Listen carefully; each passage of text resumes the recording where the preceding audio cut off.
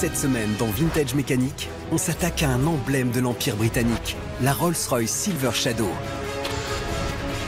Spécialiste automobile depuis plus de 20 ans, François Alain a pour mission de restaurer et de revendre des voitures mythiques au meilleur prix. Ok, il va falloir reprendre toutes les boiseries et rattraper la sellerie qui a besoin d'un bon rafraîchissement. Restaurer l'habitacle sera donc un gros chantier. Et côté intérieur, il va falloir reprendre les boiseries et la sellerie. Vu la charge de travail, ce n'est pas le genre de détail à oublier. On va pouvoir passer maintenant à la restauration de la sellerie qui n'est plus toute jeune. Pour cela, Olivier a fait appel aux meilleurs dans le domaine. Bon, tiens, je te présente Polo, nettoyeur.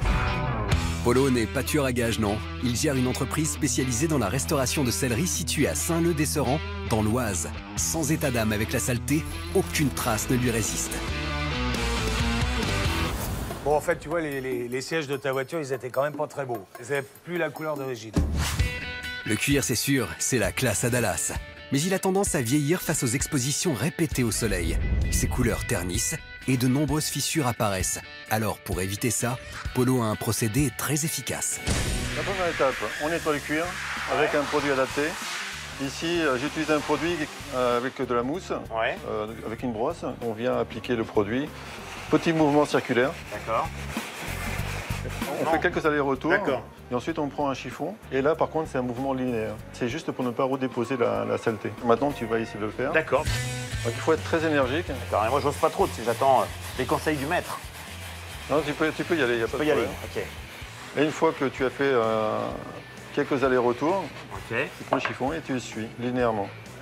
Donc là, tu as levé un petit peu, parce qu'il n'a pas frotté beaucoup. Mais il faut frotter un peu plus. D'accord. Comme on peut voir, après le nettoyage, tout n'est pas parti. On a des craquelures, on a des fissures, donc il y a une différence de teinte. Le cuir a été mal entretenu et de ce fait-là, un simple nettoyage ne suffit pas.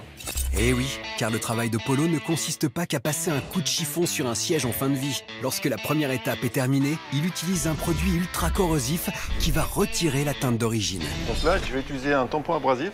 Ah, carrément, oui. Ah là, c'est comme quand à la maison, quand on récure les casseroles, quoi.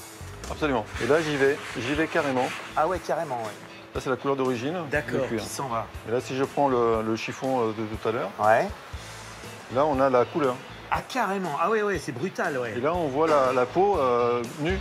C'est clair, Polo le nettoyeur n'est pas du genre à laisser la moindre trace derrière lui.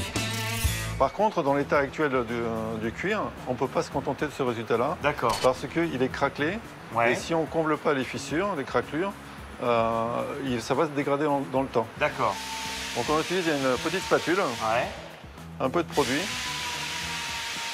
Et là, on voit que le produit... naturellement, va se mettre dans les fissures et les fentes et tout ça. Tout à fait. En recouvrant les fissures avec ce produit réparateur, Polo offre une nouvelle peau à notre cuir mis à nu. Il ne lui restera plus qu'à le colorer avec la teinte désirée par Olivier et l'affaire sera dans le sac. Et quand tu reviens, tu verras, ça sera tout beau. Ouais, ok. Tout beau, ok. On commence tout juste à voir le bout du tunnel.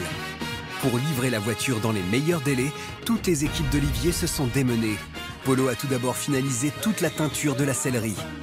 Siège, habitacle, le résultat est parfait. Telvino, quant à lui, a terminé la calandre qui paraît neuve. On a aussi achevé la restauration des boiseries qui ont été réinstallées dans l'habitacle. Et pour finir, remise en route du moteur en changeant les durites et les filtres à air. Bref, la Silver Shadow a été littéralement chouchoutée pour le plus grand bonheur de François. Ok, le remontage du capot, c'est fait. Il ne manque plus que les pare-chocs et notre Silver Shadow sera prête pour affronter l'asphalte.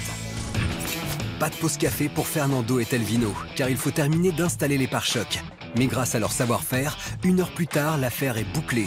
Au terme d'un chantier de 3 semaines à un rythme effréné, et avec 16 000 € d'investissement, François va avoir la chance d'admirer sa Rolls-Royce Silver Shadow. Et le résultat est somptueux. Dommage qu'il faille lui trouver un nouvel acquéreur. Ok, c'est Olivier qui va avoir le plaisir de tester sa nouvelle acquisition. Mais pour François, tout n'est pas perdu. Il aura quand même réussi son pari, celui d'acheter et de restaurer une Silver Shadow en moins d'1 mois.